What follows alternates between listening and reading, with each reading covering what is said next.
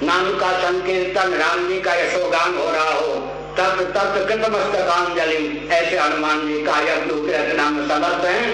हनुमान जी का परिचय प्राप्त करना सुगम नहीं है, क्योंकि आदि भौतिक, आध्यात्मिक, आदि दैविक तीनों धरातल पर जिसको इतिहास का ज्ञान प्राप्त है वही हनुमान जी का ठीक ठीक परिचय दे सकता है, अन्य के द्वारा परिचय देना संभव नहीं है। जब हम अधिदैव दृष्टि से विचार करते हैं तो वायु के अधिदैव के रूप में फिर आदित्य का वर्णन होता है। इसीलिए देवता जो होते अन्योन्य प्राकृतिक एक दूसरे के हेतु बन जाते हैं। इस दृष्टि से हनुमान जी ने सोचा कि मुझे जो विद्या का अध्ययन करना चाहिए तो गुरु कौन हो सकते? सूर्य भगवान। ये देखिए विनम्रता की पराकाष्ठा। यहाँ मर्त्यलोक में जो जो विद्या विलुप्त हो जाती है वो उद्गम स्थान आदित्य मंडल में जाकर सन्निहित रहती है। तो उन्होंने कहा मुझसे विद्या कैसे लोगे, मैं तो रथारूढ़ रहता हूँ, उधर से उधर उधर से उधर, मेरी अवज्ञा नहीं होनी चाहिए, विद्या लेने की विधा होती है। उन्होंने कहा कुछ नहीं।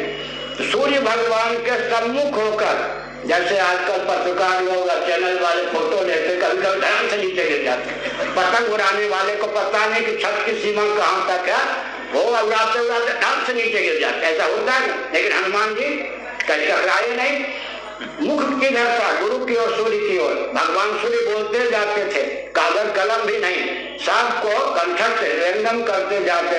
लेकिन गुरु की आज्ञा का दक्षता पूर्वक पालन करने का फल यह हुआ, जिस सूर्य भगवान के वंश में मर्यादा पुरुषोत्तम भगवान राम अभिव्यक्त हुए, सूर्य वंश में उन राम भद्र तक गुरु भक्ति ने पहुंचा दिया। अब श्री हनुमान जी पर कुछ कह रहे हैं। आज श्री हनुमान जी का जन्मदिन है, प्राकट्य दिन है।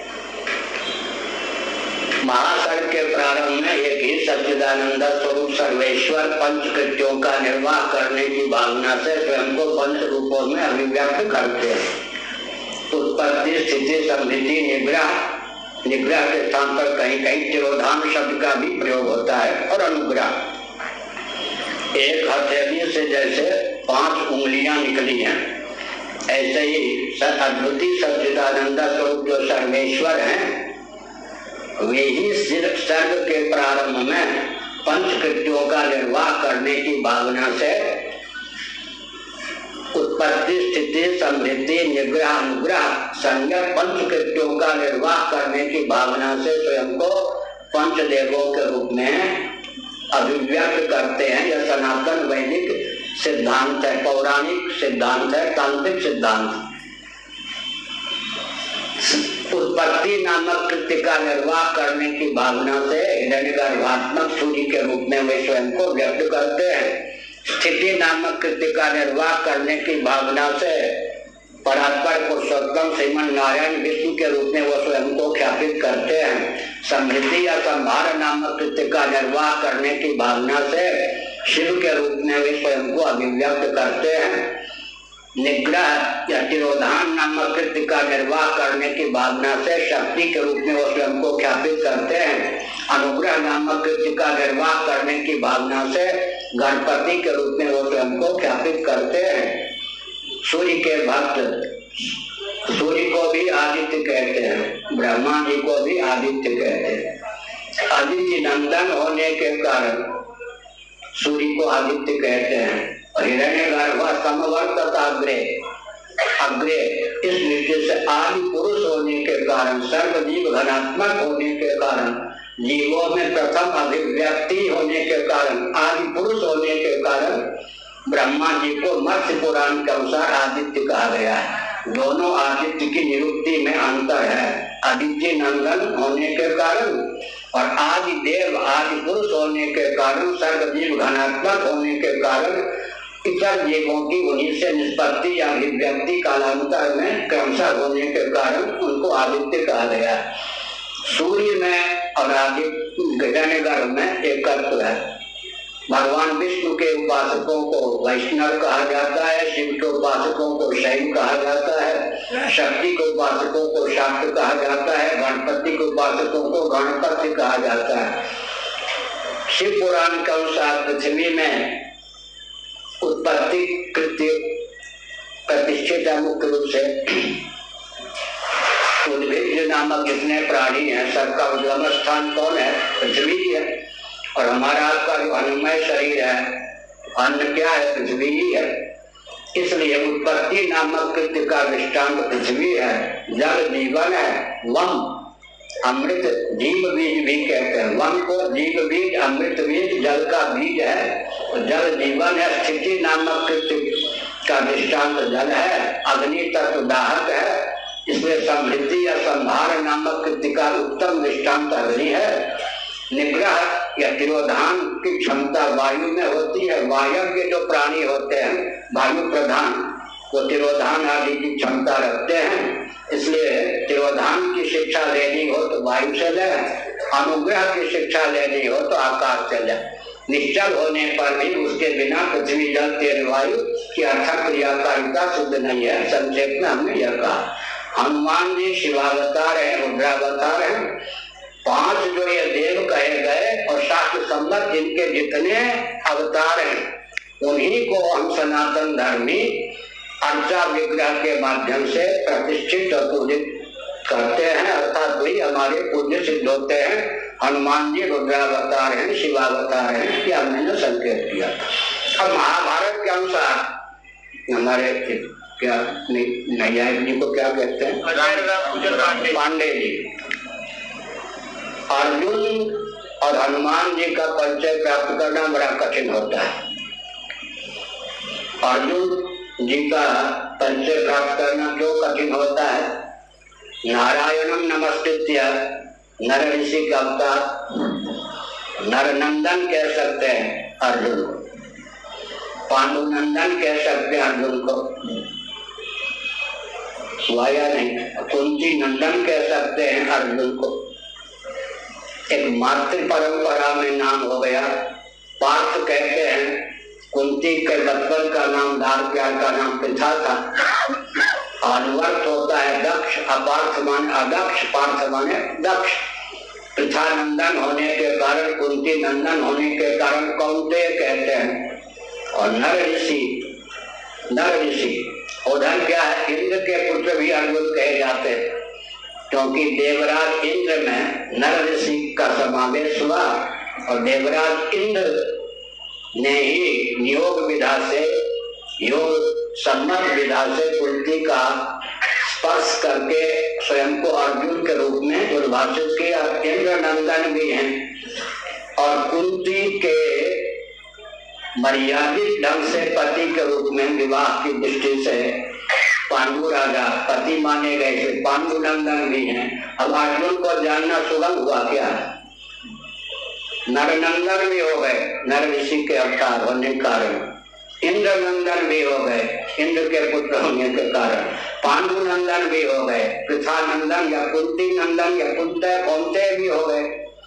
इसी प्रकार शिव जी, जैसा कि हमारे नैयायिक महोदय पांडे जी ने कहा, शंकर सुवन भवानी नंदन, पवन तनय तुम पवन समाना, कार्तिक साज रहे बलवाना। एक बहुत विचित्र बात है। अब हनुमान जी को कैसे पहचाने? पवन तनय भी है तो भगवान शिव जो है, पवन माने वायु तत्व, वायु जो है शिव भावापन्न थे उस समय। शिव तत्व का संश्लेष वायु में था। वायु समय शिव तादात्म्यपन्न थे।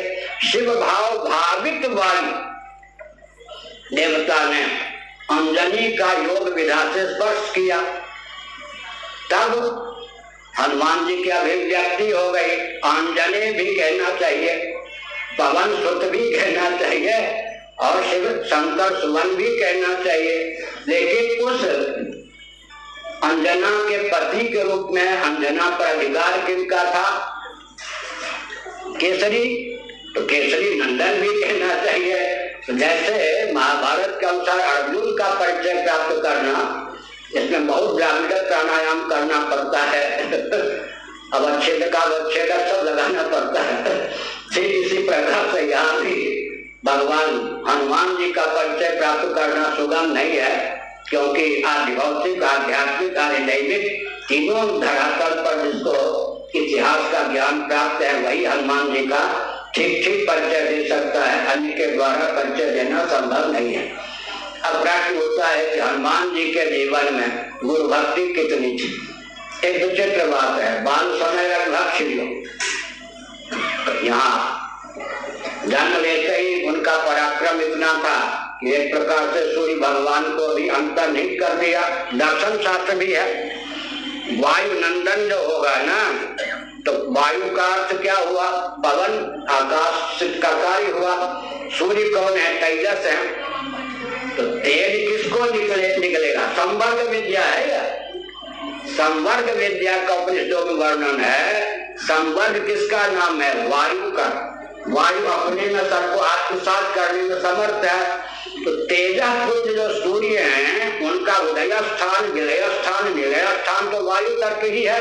सन्निकट निर्विशेष के कारण तेज में तो शब्द स्पर्श रूप 3 गुण है, वायु में तो शब्द स्पर्श 2 ही गुण है। जो सन्निकट निर्विशेष होता है उपादान होता है, सन्निकट सविशेष होता है कार्य होता है।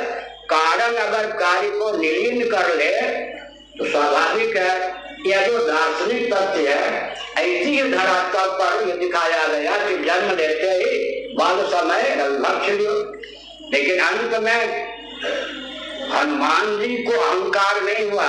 गुरु बनाने योग्य हैं तो कौन?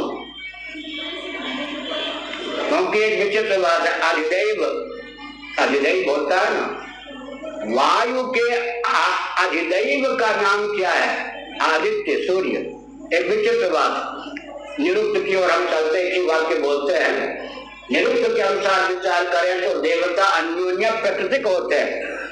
देवता अन्योन्य प्राकृतिक होते हैं। हम आप जो मनुष्य हैं, पिता रहते हुए साक्षात अपना पुत्र नहीं बन सकते, माता रहते हुए साक्षात अपनी पुत्री या पुत्र नहीं बन सकते। देवता बिना देह का परित्याग किए भी अन्योन्य प्राकृतिक होते हैं, या देवता में चमत्कृति होती है।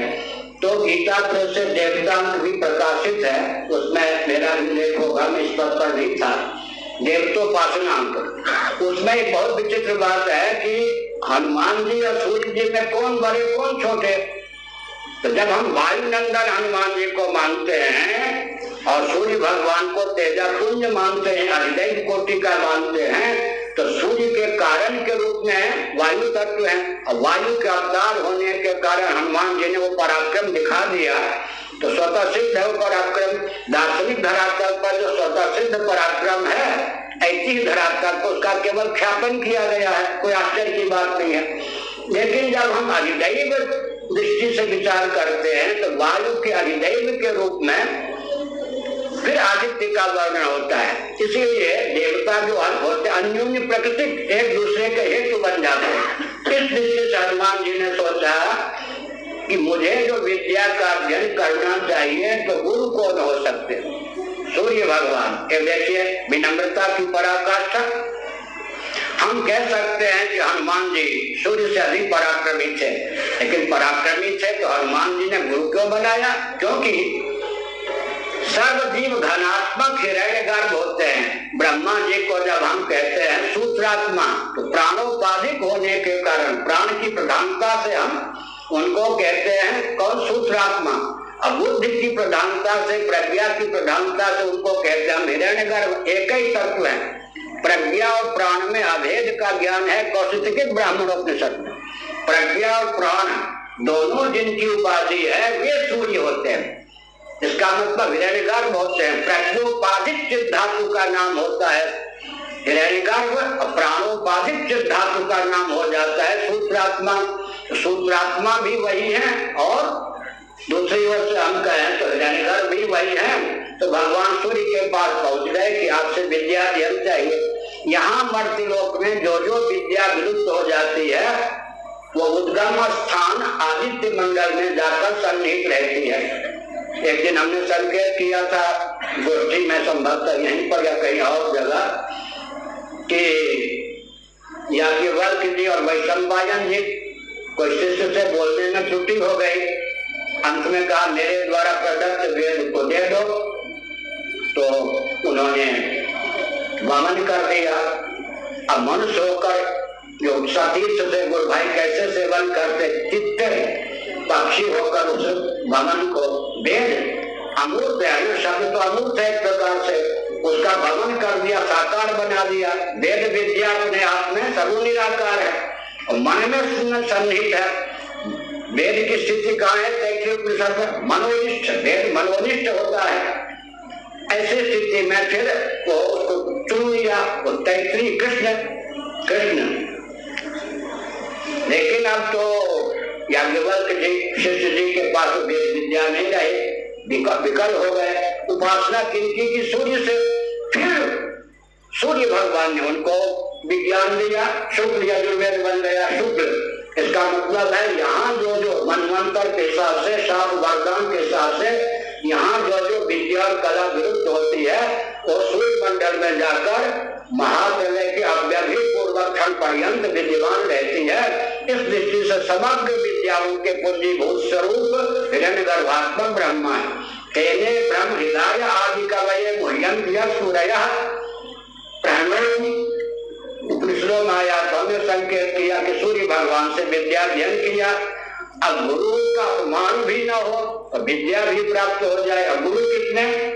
प्रवृत्ति परायण गुरु से ब्रह्म विद्या लेना या व्याकरण आदि की विद्या लेना बहुत कठिन। कारक कोटि के हैं, उनको तो सूर्योदय सूर्यास्त उदयाचल और अस्ताचल। तो उन्होंने कहा मुझसे विद्या कैसे लोगे? मैं तो रथारूढ़ रहता हूँ, उधर से उधर उधर से उधर, मेरी अवज्ञा नहीं होनी चाहिए, विद्या लेने की विधा होती है। उन्होंने कहा कुछ नहीं। तो सूर्य भगवान के सम्मुख होकर, जैसे आजकल पत्रकार लोग चैनल वाले फोटो लेते, कभी कभी ध्यान से नीचे गिर जाते।